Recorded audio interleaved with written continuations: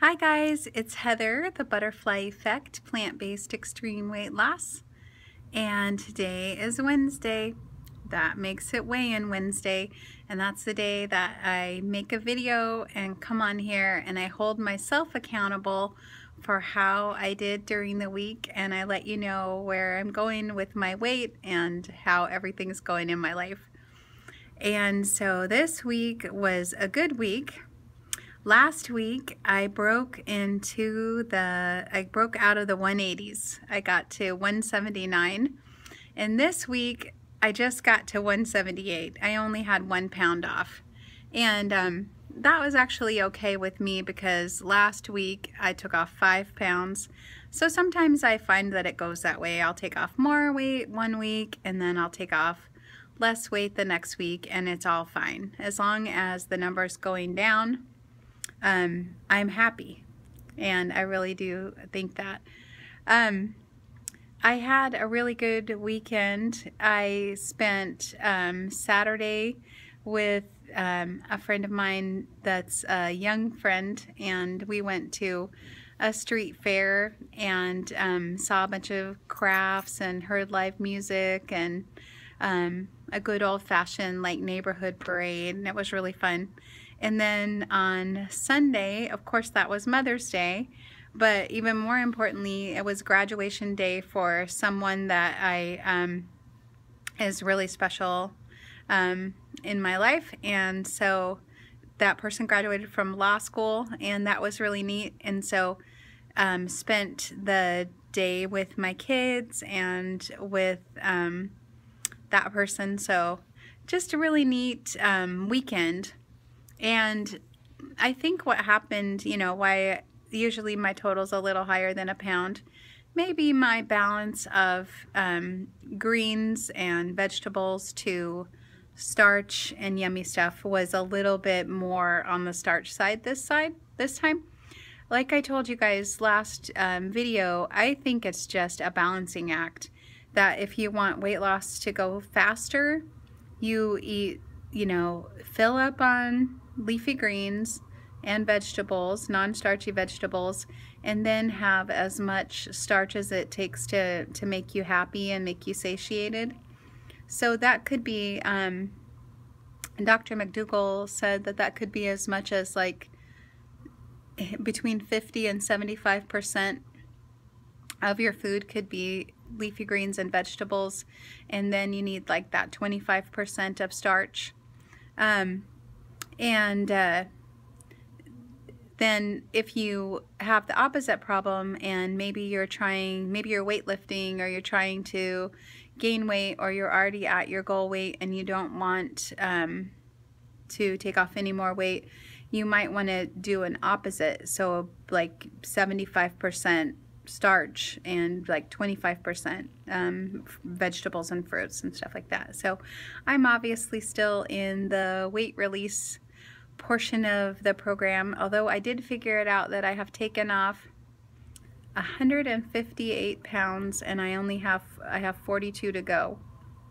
That seems that I don't think I've ever been that close to my goal. When I started out and I was like, well, I really should take off 300 pounds. It's crazy to me that I'm really close to taking off 300 pounds. I'm 258 pounds off. And I did it only with diet and exercise. I did not have any weight loss surgery. I did not do anything crazy or any drugs or any pre-packaged foods or expensive diet programs or anything like that. All I've done is changed what I've eaten so that I eliminated animal products and processed food and moved my body more. And so anyway, that makes me happy. I've had some people say to me just recently, I don't know why I'm not getting the results that I want to get. And so I just want to talk about that. If you're not getting the results you want to get, or if you're not, you know, the one I hear the most often is what I struggled with for years. And I start out in the morning and I'm doing great on my program, and then by the end of the day I'm already off it again. Okay, so let's start out with why you're not getting results on your program. Some of us have bought into that quantities don't matter, that as long as you're eating the right things, you can eat as much as you want. And I think at some point that might become true for me, but or it might be true for some people that have maybe a really good metabolism, or I'm trying to think of how to phrase it, because I think it's not true for everyone. I think that some of us, if we eat as much as we want, we're not a good judge of how much our body actually needs, and so we might want more food. We might be triggered by quantities and like the quantities, or if the food tastes good, we want to keep on eating it, even if we were really honest with ourselves after we were still, you know, after we were done being hungry.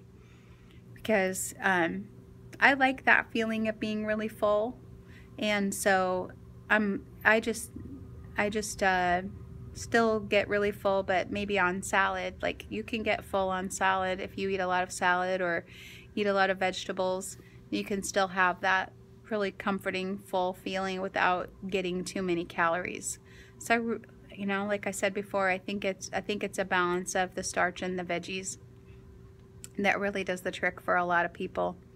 And then the other problem, I start out doing great on the program, and by the end of the day I'm tempted.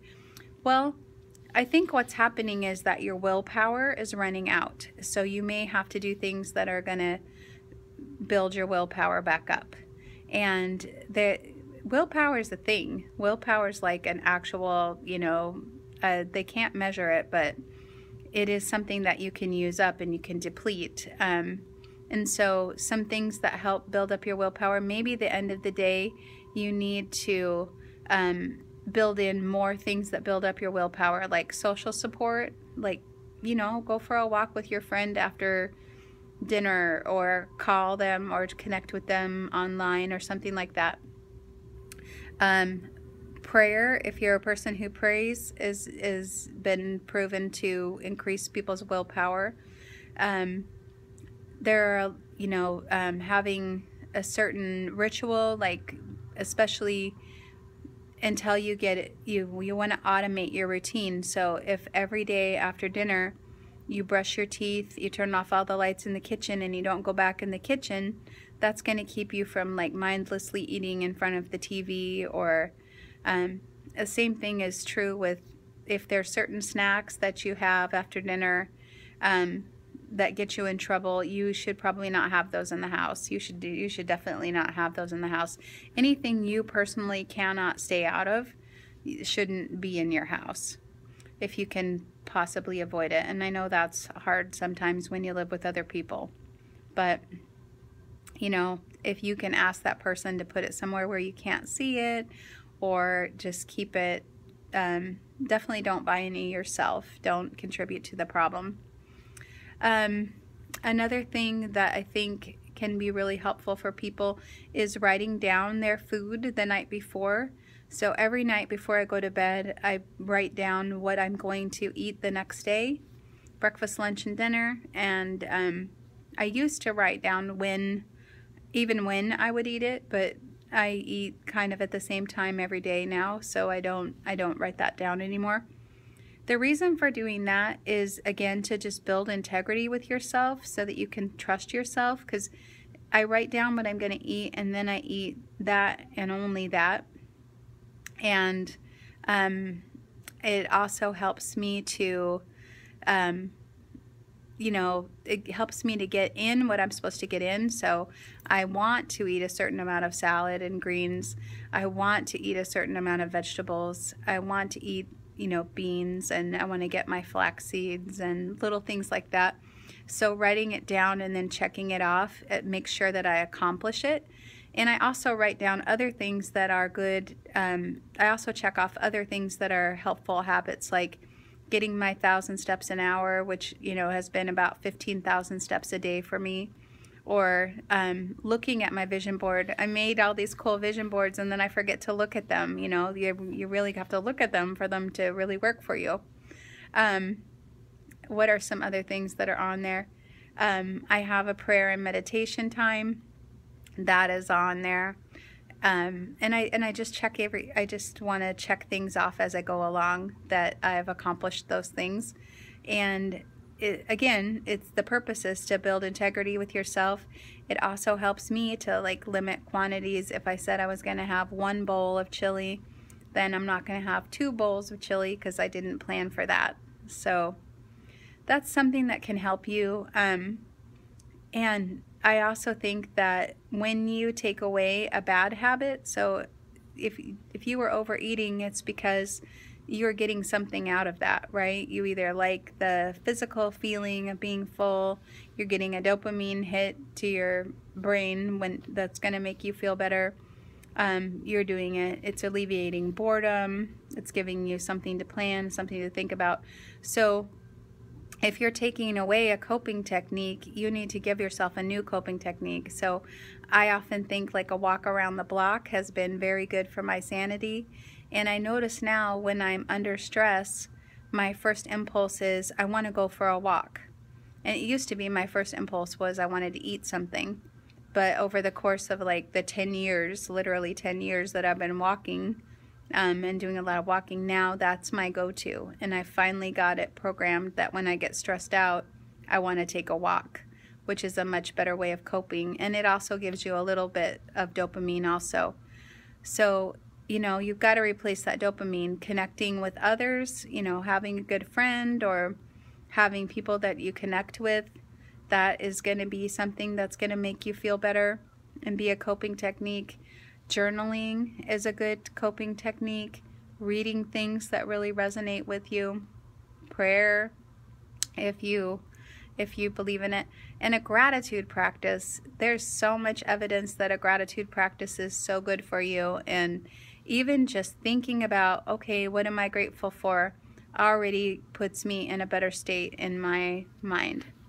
So all those things can help you if your willpower's depleted, or if you're struggling because you've taken away a coping mechanism and you don't have anything to replace it yet.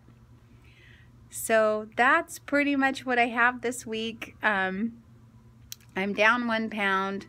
I probably had a little more starch at all those celebrations and things, but I stayed on my plan. You know, there was no sugar, there was no flour.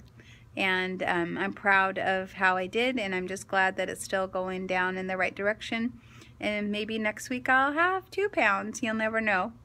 So I'll see you this week. I hope you have a great week. And if you have any questions for me or anything that you want me to address, just leave them in the comments below, and I'll try to talk about those either during Wednesday weigh-in Wednesday.